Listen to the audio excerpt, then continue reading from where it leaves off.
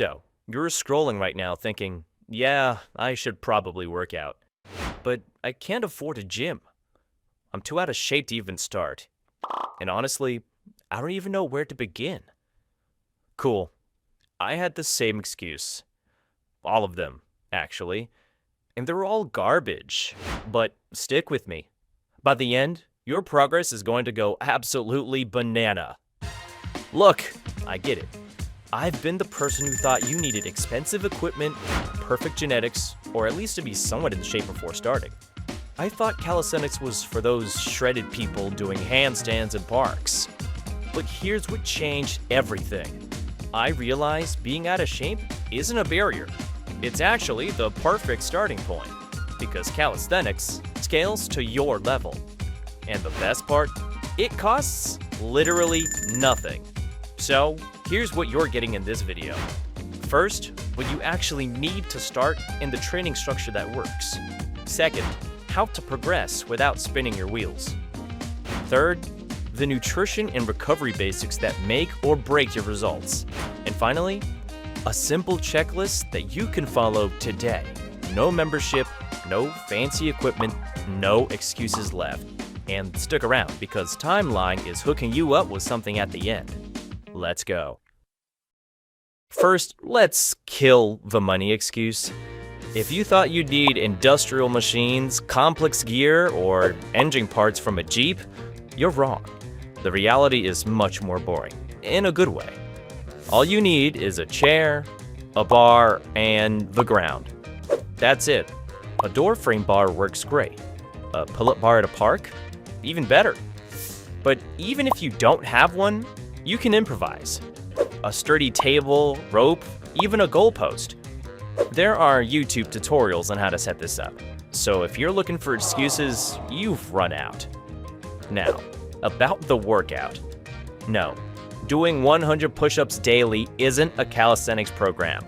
You need full body training, ideally spread across 3 days a week. Start with the basics.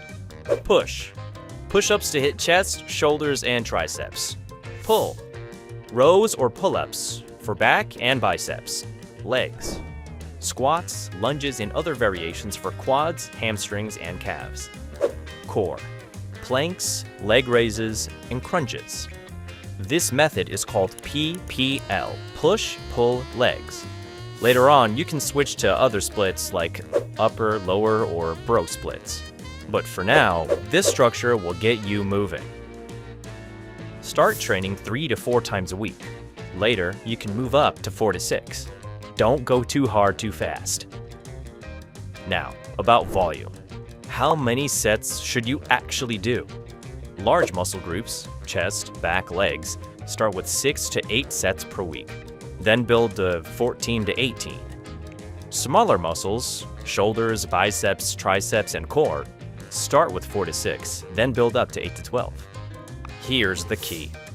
Compound movements like push-ups hit multiple muscles at once. One set of push-ups counts for chest, but also half a set for triceps and shoulders. So don't blindly stack volume, you'll burn out. Part 2, how to progress. No, you won't be doing a human flag on day 1. If you're new, you probably can't even do push-ups yet. So don't overthink it. Don't go for a 6-day insane plan to get bodybuilder level results in 2 weeks. Start simple. Let's get back to that PPL split. If you can't do a standard push-up, do knee push-ups. Can't do pull-ups? Try rows with a table or resistance bands. Start with versions you can do. Then build from there. Now, how do you progress? Here's the truth. Calisthenics isn't like lifting weights where you just slap on more plates. You'll need to 1. Increase reps. 2. Change the stimulus. Or 3. Both. There's research showing that high reps, 20 to 30%, can still trigger muscle growth if you go to failure. But once you go past 30 reps, the benefit drops off. Now personally, I aim for 15 reps max, then increase the difficulty. Here's an example. Once you master knee push-ups, move on to regular, then to diamond push-ups, then decline push-ups. Keep shifting to harder variations. Now, it's not always perfect. Some progressions hit different parts of the muscle, but the point is to keep increasing resistance over time. Part 3. Nutrition and reset.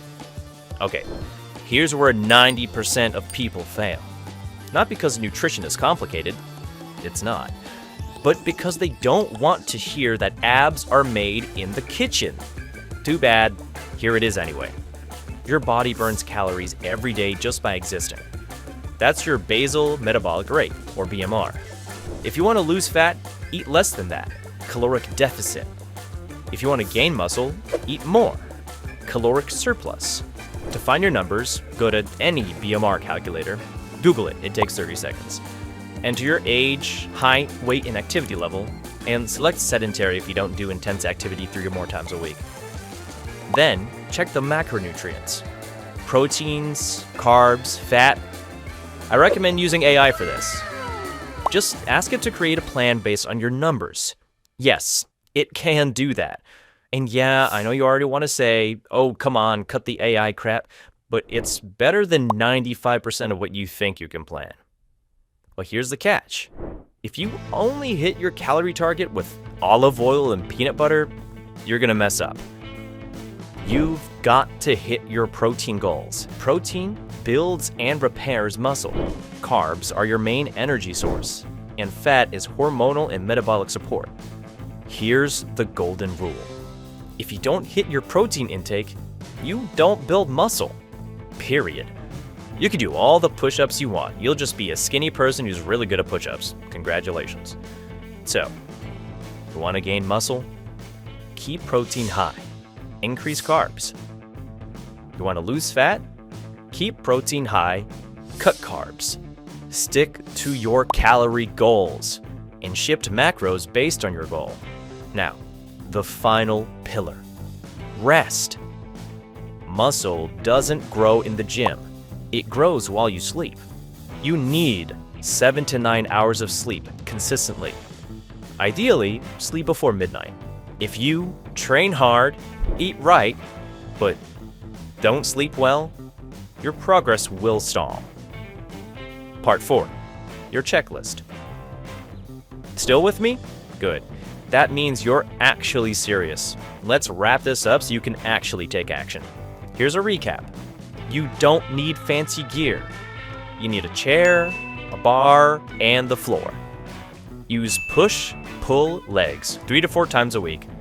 Progress by adding reps or harder variations. Nutrition.